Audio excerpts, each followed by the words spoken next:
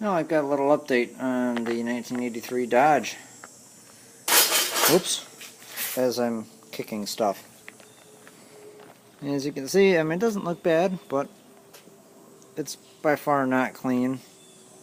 I did wash the wheels today because the brake dust is driving me nuts. The wheels are turning gray. But pretty much the back of my bed is almost empty except for the spare Cub deck. There's one underneath the tractor now. And then the rear wheels that were on the Cub. But it's good to get that that'll organized and getting the garage back in order again.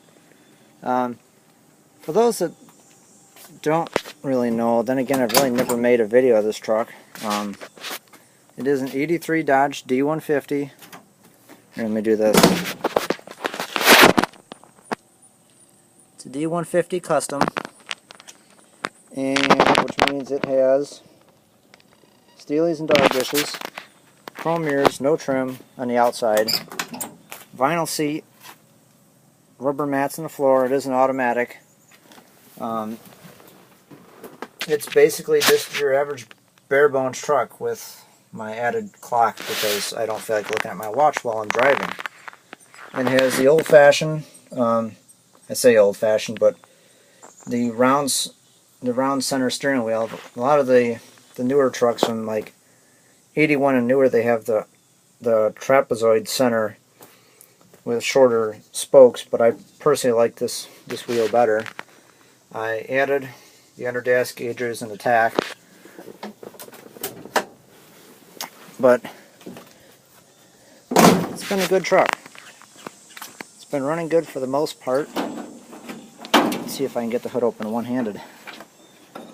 It's a rather heavy hood because it's not a small truck. It is powered by the mighty Slant 6, and it's pretty much as clean under here now as it's ever been. And everything is there. The jack is there. The jack was not in the truck when I got it. I found that in the junkyard. So I have all that, and the jack does live down there. You can kind of see it down there underneath the coolant bottle. But anyways, I was at a friend's house helping fix her car. Well, kind of pseudo doing that, but when I found out that when I got there was already a tow truck on the way, it's like, well, alright, I know why I went over there.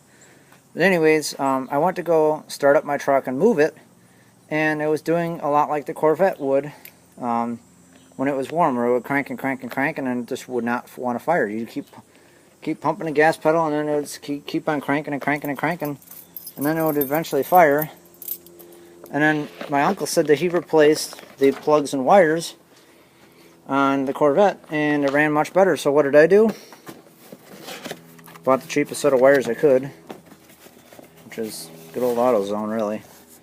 And I took all the old wires off. One of them, the connector, was kind of not even on the spark plug wire anymore. All those wires are different lengths. They are not, I don't even think they're the right wires. But anyways, it has new wires on it now. I cleaned the rotor. The rotor actually had rust on the end of it. Go figure. So I cleaned all that off, sanded it down, and sanded the contacts on the cap. And now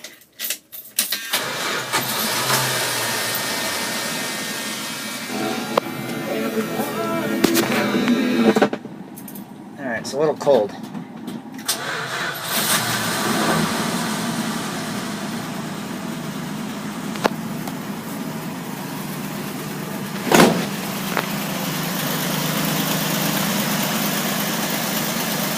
But it runs like a sewing machine now.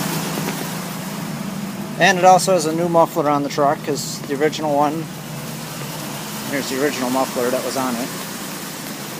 As you can see, it was rotted out and just, it had seen better days. I mean, that's a hole all the way through it. I can just stick my hand right in there. But it runs good, nice and quiet, which is what I like. Gotta love yourself a good old Slant 6.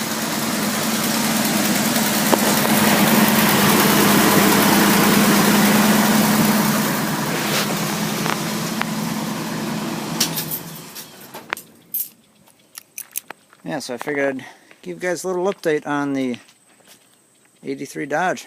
So there's that, and I'm sure you guys will see more of it in the future. Maybe not the short term, but in the long term you definitely will.